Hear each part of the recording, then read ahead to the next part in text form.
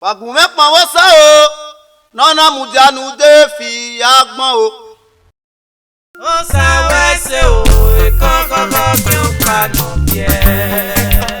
Baba o, wa se we ku de fi agbon o.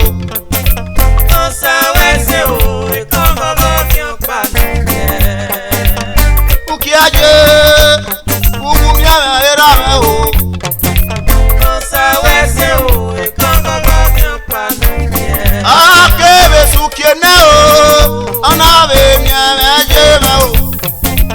O sa wese o, ekan koko fi o pa no pie. Baba o, wa se we ku de fi agbon o. O sa wese o, E koko fi o pa no pie.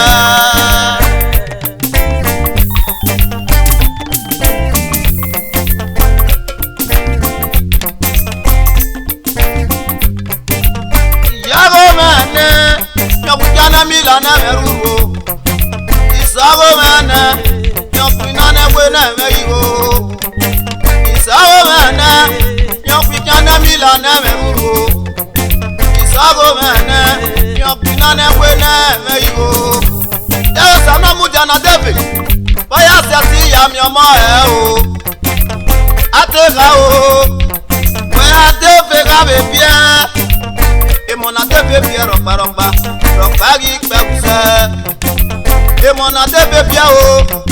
Propagi kpewuse, adanwe ome o. Ori owo ni me kete o. Ari danwe ome o. Itu oko na wera me. Adanwe ome, wo deme nije me kete. Ari danwe ome o. Oye kiebe kaseme ne wije me. Nateme manoma mia. Anari aye ba e ata mano ya we mi omi ona u menwa o emi apata mu menwa oga se ko e ro igi uyi emi apata mu menwa oga se ko ori uyi agi tan be o me se iyawo me o tan be o me o ibi ato akume pa bo sa o nana mujanu fi agbon o. O sa wese o, ekan koko fi o pa no pie. Baba o, wa se we ku de fi agbon o. O sa wese o, ekan koko fi o pa no pie. Egbe mo boje, ugu mi ame era me. Egbe mo bo meje, ugu mi ame ije me. Ami ame ene, anado ya me ku de fi agbon o. Ami ame ene, anado ya me ku de fi agbon. Sona to ati me won pera, sona to ati me won biye, sona to ati me igba mo, e sona to ati me won kwaluse. Eri te ya ire, agbon sapati o. Eri te ya ire, utoriri, amena je o agbon. Imate ka wi asakon o, sera ga be seme. Imate ka wi asakon, usiye ga be seme. Wariu, anafi makado pa agariwe. Maisi kwene, anado fi manije me no kwa. Iye me no kwa na we fi man na fi kwe. Awe ki o mene o. Iye gboku ni ye no kwa o. Awe ki o mene. Ye no kwa ya ko ki maria fi kwe.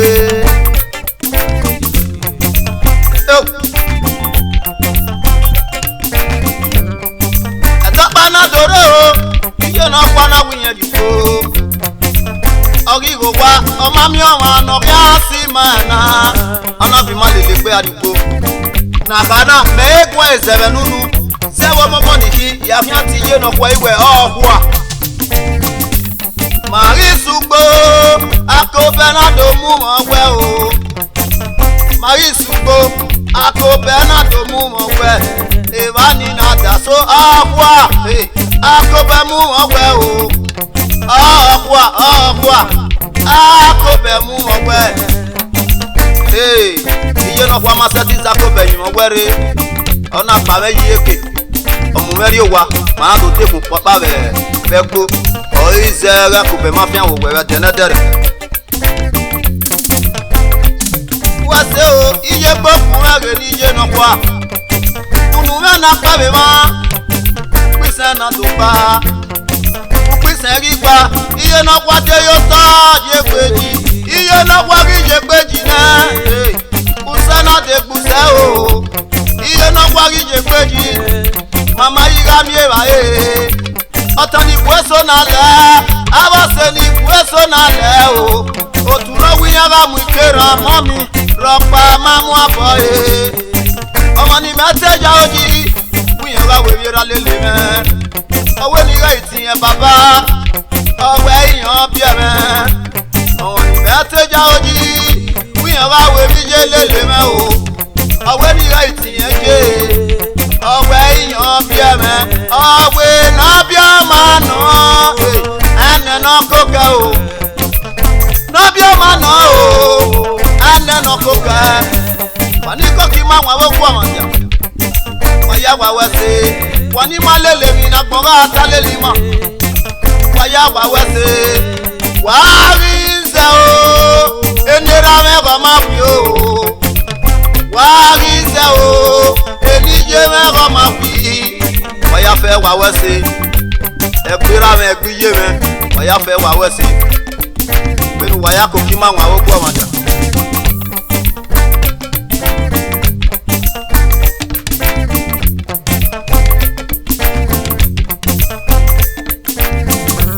wani ga fie ba e me mi wate waya wa wese we no ga fie ba me mo computer busy we se savior waya wa wese wa doge ko mi pa no bia ne o no sa wese o ko mi pa no baba o wa se be ku de fi amo o no sa wese o ko mi pa no tita usana same o igise tita sope no ya o isati kusenisa ekilo biye me isati na igise tita sope no ya o when over after ba me wo computer busy we say savia o wase igise tita wase sope no ya o isati kusenisa wi kwa bi ya ki oni mana wan le o